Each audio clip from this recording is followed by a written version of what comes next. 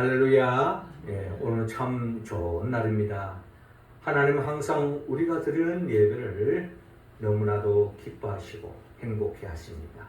하나님께는 영광이요 우리 모두에게는 하나님으로부터 내려오는 그 은혜와 은총을 우리 일상 속에서 충만히 받아 누리고 그 일상이 우리의 인생이 되고 또 우리의 영생이 될 수 있기를 주의 이름으로 축원합니다. 오늘은 우리가 교회에서 청년 주일로 보내고 있습니다. 우리 교회에 속한 우리 모든 청년들 또 이 땅의 모든 젊은이들이 하나님의 은혜와 은총을 충만히 받아서 그의 삶이 하나님이 보내신 그 뜻을 받들어 하나님께 영광 돌리고 더없이 복된 젊은 삶, 젊은 나날을 보낼 수 있기를 주의 이름으로 축원합니다.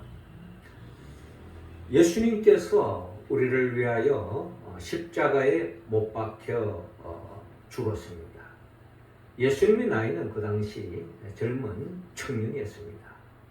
청년의 나이에 하나님의 뜻을 받들어 십자가에 못 박혀 죽으시고 죽은 자 가운데에서 3일 만에 부활하셨습니다.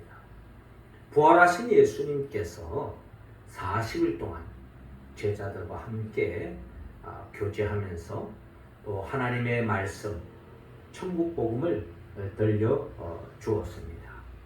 그리고 난 뒤에 예수님께서 이제 성천하신 거죠.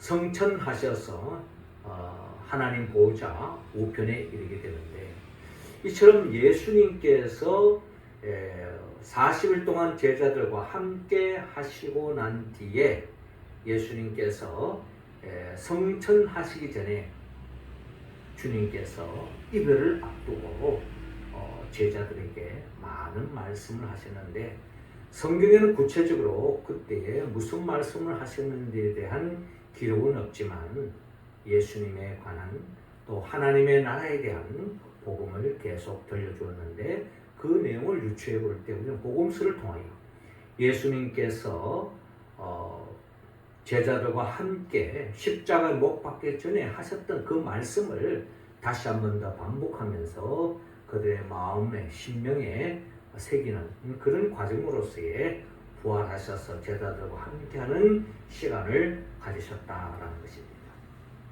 특별히 예수님께서 이제 부활하시고 난 뒤에 성천하셔서 육신의 몸으로 제자들과 이제 어떻게 보면은 이별을 하게 될 터인데 이별을 앞두고 있는 예수님의 마음은 이 제자들의 꼭 필요한 말씀이 뭔가를 아마 많이 헤아리면서 이 제자들을 위한 말씀을 많이 하셨을 것입니다. 특별히 또한 예수님께서 성천하시기 전에 또 예수님께서 성천하실 것을 꼭 밝혔기 때문에 제자들은 또한 예수님의 부활하셔서 다시 믿음을 다시 추스리고 다시 주님이 기뻐하는 삶을 살겠다고 다짐하지만 그래도 막상 주님이 또 떠나신다는 이런 현실 앞에서 아마 그들의 마음속에는 불안한 마음 또 두려운 마음 또 근심이 그들의 마음속에 자리 잡았을 것입니다. 이러한 제자들에게 오늘 주님께서 일찍이 십자가에 못 박혀 죽기 전에 제자들에게 하신 말씀들이 있었는데 그 말씀은 결국 오늘 본문에서 예수님과 제자들이 이제 이별하는 이런 과정 속에서 육신의 몸으로 이별하는 이 과정 속에서 제자들에게 당부하는 말씀이 오늘 본문에 기록되어 있습니다. 그 말씀은 한마디로 말해서 주님이 떠나시고 난 뒤에 오는 미래에 대한 근심, 걱정, 두려움, 염려 어떻게 이런 것을 이겨나갈 수 있겠는가 하는 것에 대해서 오늘 주님께서 우리에게 말씀하고 있는 것입니다. 우리 모두는 오늘 주님의 말씀에 우리가 주목하고 그 말씀을 우리의 신비에 새겨서 그 말씀에 이끌림받아 우리의 다가오는 미래 어떤 일이 벌어질지 모르는 우리의 현실 이런 속에서 어떻게 하면 대한 두려움과 염려와 걱정을 떨쳐버리고 살아갈 수 있겠는가? 승리할 수 있겠는가? 하나님 나라를 충만히 살 수 있겠는가? 오늘 본문을 통하여 헤아려보기를 원합니다. 먼저 주님은 오늘 본문 23절을 통하여 사랑하라고 말씀하고 있습니다. 23절 말씀 우리 같이 한번 읽어봅시다. 시작. 예수께서 대답하여 이르시되 사람이 나를 사랑하면 내 말을 지키리니 내 아버지께서 그를 사랑하실 것이요 우리가 그에게 가서 거처를 그와 함께 하리라. 아멘. 자, 오늘 본문 요한복음 14장 23절부터 오늘 본문이 시작되고 있는데요. 예수께서 대답하여 이르시되 사람이 나를 사랑하면 내 말을 지키리니 내 아버지께서 그를 사랑하실 것이요 우리가 그에게 가서 거처를 그와 함께 하리라. 나를 사랑하지 아니하는 자는 내 말을 지키지 아니하나니 너희가 듣는 말은 내 말이 아니요 나를 보내신 아버지의 말씀이니라 라고 주님께서 지금 말씀하고 있습니다. 자, 이 말씀은 한마디로 말해서 주님을 사랑해야 한다는 거죠. 주님을 사랑하는 방법은 주님의 말씀을 지키는 것입니다. 한마디로 주님의 말씀에 순종한다는 것입니다. 주님을 사랑하는 사람은 주님의 말씀에 귀를 기울이고 그 말씀에 순종한다. 이것이 바로 주님의 말씀이라는 거죠. 그것은 바로 주님의 말씀, 주님을 사랑하는 개념으로 끝나는 것이 아니라 주님을 사랑하는 사람은 결국 하나님을 사랑하는 것이다. 주의 말씀을 순종한다는 것은 하나님의 말씀을 순종하는 것과 다름이 없다는 겁니다. 그러니까 주의 말씀을 멀리하는 사람, 순종하지 않는 사람은 주님을 멀리하는 사람이요, 주님을 대적하는 사람이요, 나아가 하나님을 대적하는 것과 다름이 없다. 그러므로 우리 모두가 예수님을 진정 사랑하는 사람은 예수님의 말씀, 그 말씀이 하나님의 말씀이죠. 그 말씀을 귀를 기울이고 그 말씀에 순종하는 삶을 산다라는 것입니다. 그렇기 때문에 우리의 삶 속에 다가오는 앞으로 우리의 삶이 어떤 식으로 전개될지 모르지만 오늘 내가 삶의 자리에서 하나님의 말씀을 내가 순종하며 살아간다면 결국 다가오는 미래 속에서 그 어떠한 염려와 근심과 두려움을 떨쳐버릴 수 있다라는 말씀으로 우리는 이해할 수 있는 것입니다. 예수님은 한마디로 말해서 하나님을 사랑하셨고 또한 하나님의 말씀을 철저하게 순종하는 삶을 사셨다라는 것을 우리는 예수님의 생애를 통해서 헤아려 볼 수가 있습니다. 그런 삶은 예수님의 십자가상에서 그대로 드러납니다. 예수님의 삶을 한마디로 말하면 예수님이 이 땅에 오신 목적, 예수님의 삶의 결정체, 결론은 뭐냐? 결국 십자가입니다. 십자가란 하나님의 뜻을 따르는 거죠. 하나님의 뜻에 순종하는 것입니다. 예수님께서 공생애를 시작할 때에 세례를 받으셨잖아요. 그때 하늘에서 음성이 들려옵니다. 이는 내 사랑하는 아들이요 내 아들이다 라는 말씀을 하죠. 하나님께서 어떻게 예수님이 사랑스럽고 사랑하는 아들이라고 표현합니까? 이 세례라고 하는 이 순간부터 완전히 하나님의 뜻대로 살겠습니다 하는 결단이죠. 우리도 이미 예수를 믿고 세례를 받았습니다. 세례 받은 사람은 이제부터는 하나님의 뜻대로 살겠습니다. 내 중심을 사는 것은 이제 물속에서 잠기는 순간에 나는 죽었습니다. 이제는 하나님 뜻대로 살겠습니다. 하나님 말씀에 순종하겠습니다 하는 결단이 우리의 세례받는 목적 아니겠습니까? 예수님이 세례를 받고 나신 후에 그때부터 십자가에 못 박혀 죽기까지 철저하게 하나님의 뜻을 받들어 그 뜻을 순종하는 삶으로 나아갔던 것이 바로 예수 그리스도의 삶이었습니다. 예수님의 기도의 내용이 뭡니까? 예수님이 왜 기도하셨습니까? 끊임없이 그 기도의 내용은 나의 원대로 마옵시고 아버지의 뜻대로 하옵소서. 끊임없이 하나님 아버지의 뜻을 헤아리고 그 뜻에 순종하는 삶, 이것이 바로 진정 하나님을 사랑하는 삶이요, 이것이 진정 염려와 근심과 걱정에서 벗어날 수 있는 유일한 길이기 때문에 주님은 매 순간순간 나의 원대로 마옵시고 아버지의 뜻대로 하옵소서라고 기도하며 그 기도의 절정, 즉 십자가에 못 박혀 죽으심은 순종의 결과였다. 순종의 내용이었다. 그 순종의 결과, 순종의 그 내용에 결국은 예수님의 부활로 나아가는 것을 볼 수가 있습니다. 십자가는 결국 하나님의 뜻에 순종하는 삶이었다면 그 순종의 열매는 결국 예수님이 죽음의 권세에서 벗어나 부활의 생명으로 나아갔다라는 것입니다. 이게 바로 복음이에요. 우리가 진정 하나님의 말씀대로 뜻대로 살면은 어떻게 보면 십자가의 죽음 같은 때로는 아픔이 있을 수도 있고 고통이 있을 수 있고 희생이 따르고 손해볼 수도 있습니다. 그러나 하나님의 뜻대로 산 그 인생은 하나님께서 부활의 영광으로 우리에게 이끌어 주신다라는 것입니다. 그러므로 우리 모두는 진정 주님을 사랑하고 주의 말씀에 순종하여 하며 살아갈 때 하나님께서 우리에게 모든 것을 더해 주신다는 것입니다. 그래서 예수님께서는 마태복음 6장에 너희는 먼저 그의 나라와 그의 의를 구하라 라고 말씀하십니다.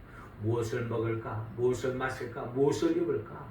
이건 이방인들이 하는 얘기야. 하나님을 믿지 않는 사람, 모든 보편적인 세상 사람들은 다 끊임없이 무엇을 먹을까? 무엇을 마실까? 무엇을 입을까?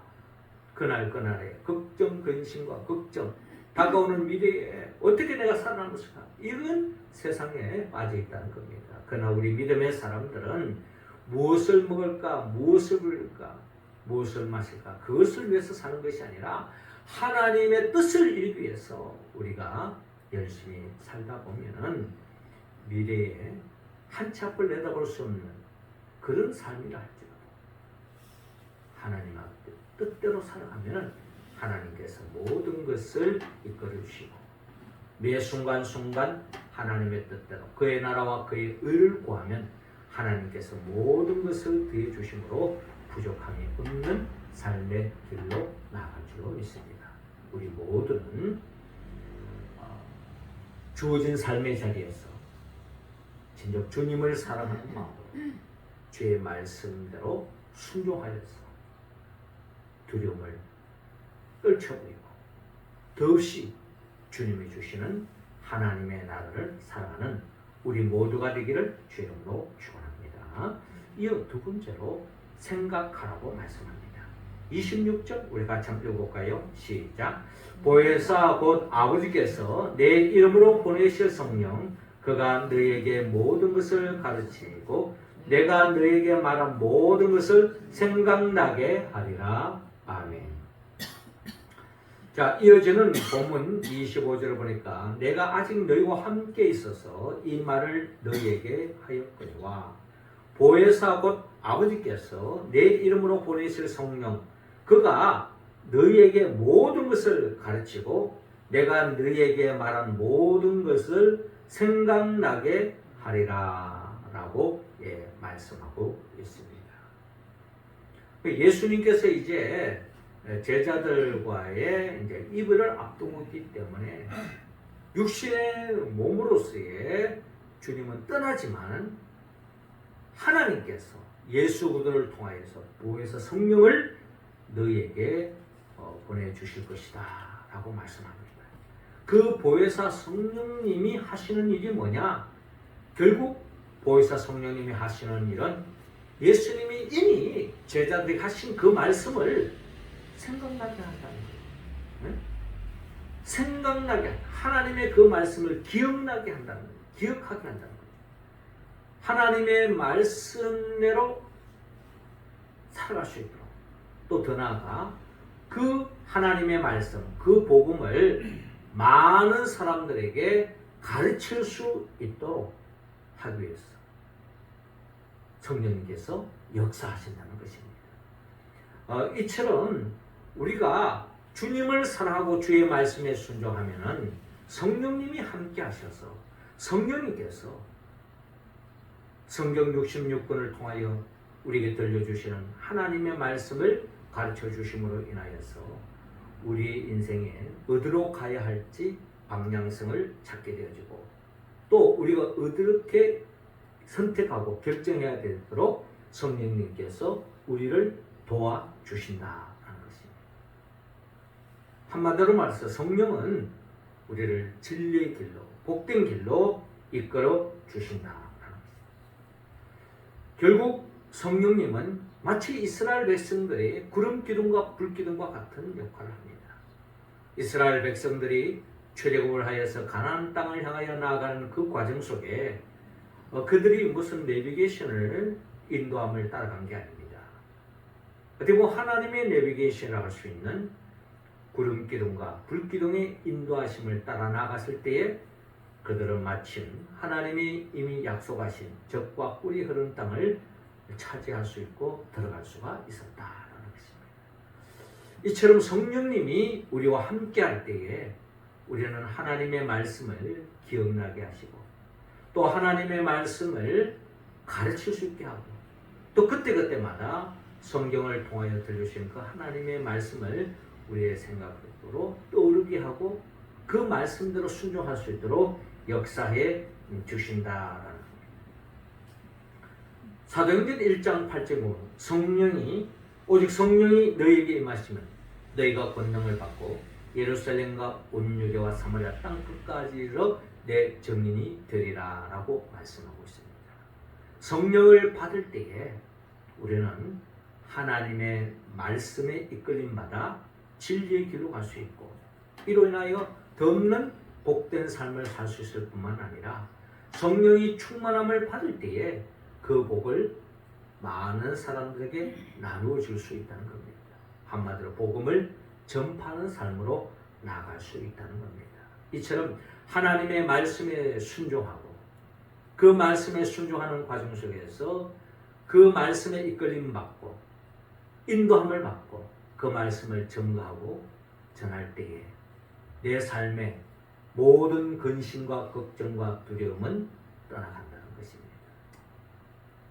그래서 우리는 끊임없이 내 삶이 앞으로 어떻게 살 것인가, 내 노년은 어떻게 될 것인가, 내 인생의 말년은 어떻게 될 것인가 이런 거 걱정하면서 살아가는 인생은 믿음의 사람의 삶의 모습이 아니라는 겁니다.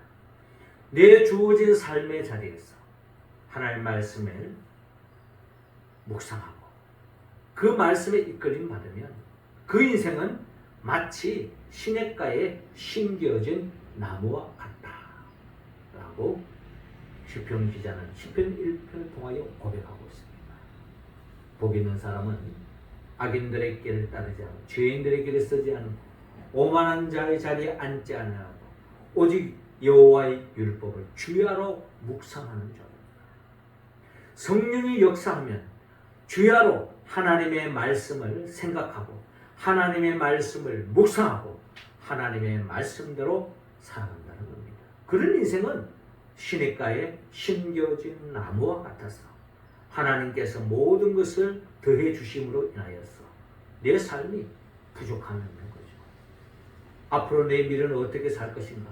앞으로 내가 어떻게 먹고 살 것인가? 이런 것은 하나님 앞에 내려놓고 맡기고 우리는 오늘 주어진 삶의 자리에서 복음을 전하고 복음을 나누면 결국 내 자신이 복을 받아 부족함이 없는 삶이 될 뿐만 아니라 많은 사람들에게 복을 나눌 수 있는 그 같은 축복의 통로, 복의 근원의 인생글로 살아가는 우리 모두가 될 줄로 믿습니다. 그러므로 우리 모두가 주의 말씀을 순종할 뿐만 아니라 끊임없이 성령의 도우심을 받아서 늘 하나님의 말씀을 묵상하고 그 말씀에 이끌림 받아서 시냇가에 심겨진 나무 같은 복된 삶을 살아가는 우리 모두가 되기를 주 이름으로 축원합니다. 마지막 세 번째로 주님은 평안하라고 말씀합니다. 27절 우리 함께 읽습니다. 시작. 평안을 너희에게 끼치노니 곧 나의 평안을 너희에게 주노라. 내가 너희에게 주는 것은 세상이 주는 것과 같지 아니하니라. 너희는 마음에 근심하지도 말고 두려워하지도 말라. 아멘. 자, 오늘 본문 27절을 보면요, 어떻게 보면은 오늘 본문 전체 결론적인 말씀이라고 볼 수 있습니다. 주님이 떠나시면 이제 앞으로 우리는 어떻게 살까? 염려와 걱정에 빠져 있는 이 제자들에게 주님 말씀합니다. 평안을 너희에게 끼치노니 곧 나의 평안을 너희에게 주노라. 내가 너희에게 주는 것은 세상이 주는 것과 같지 아니하냐. 너희는 마음에 근심하지도 말고 두려워하지도 말라 라고 말씀합니다. 세상이 주는 평안이 있습니다. 그것은 결국 오래가지 않습니다. 마치 세상이 주는 평안은 마치 바닷물을 마시는 것 같습니다. 세상이 주는 평안은 마시면 갈증이 해소되는 것이 아니라 더 큰 세상적인 평안을 찾습니다. 더 큰 염려와 걱정에 사로잡힙니다. 돈이 많으면 많을수록 걱정이 커지는 거예요. 많이 가지면 많이 가질수록 걱정이 커지는 거예요.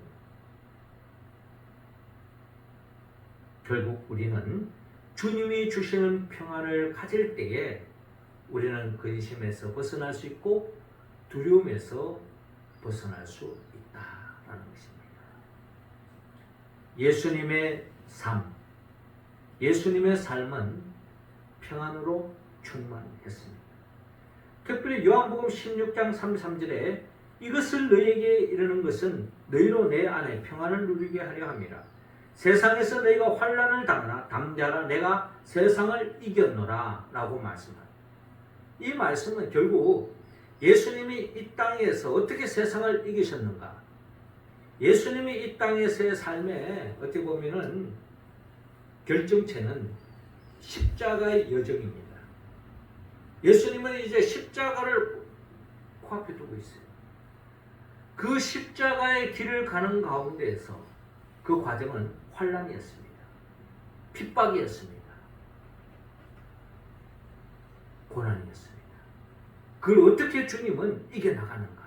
그것도 평안으로 이겨나갈 수 있었는가? 그것은 바로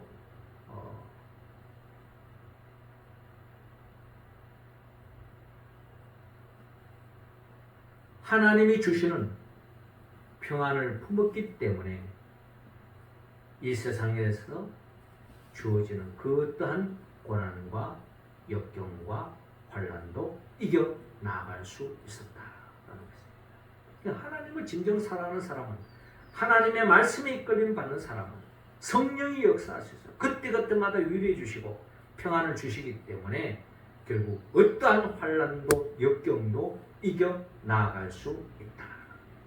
예수님의 십자가의 삶, 그 자체가 바로 증거하고 있지 않습니까?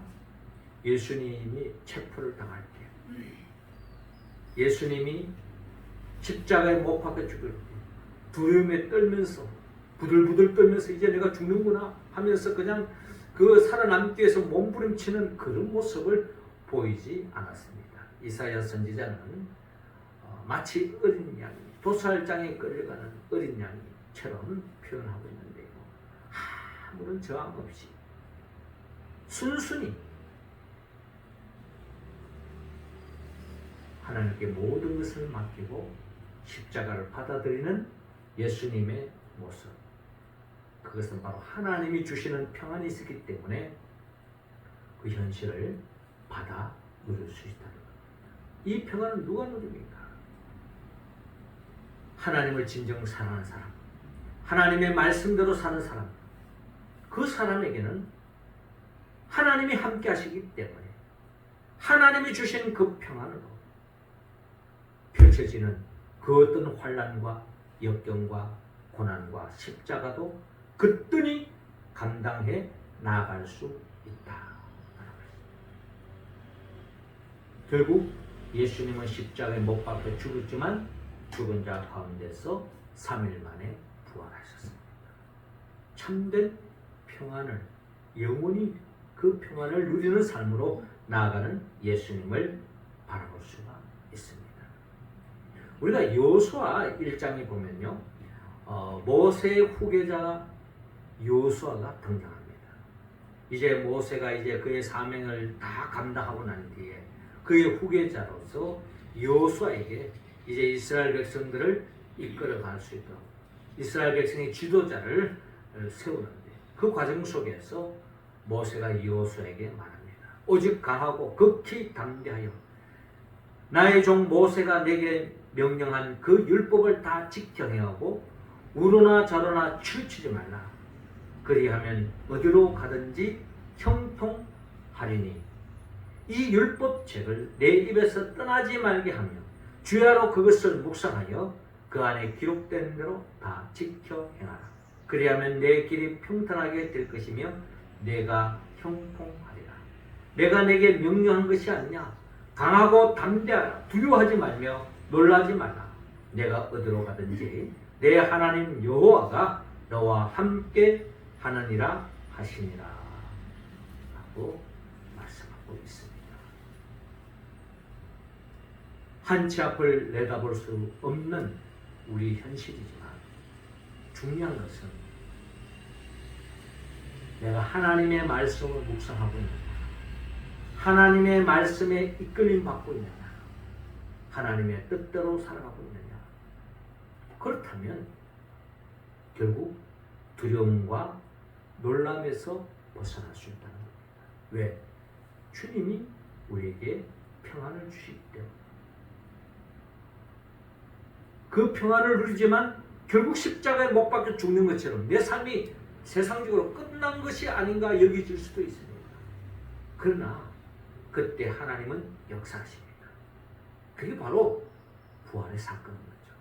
이 부활이 바로 우리의 복음인 것입니다. 하나님의 사람은 하나님이 책임져 주시고 하나님께서 사람들은 끝났다. 저 사람 이제 가능성이 없어.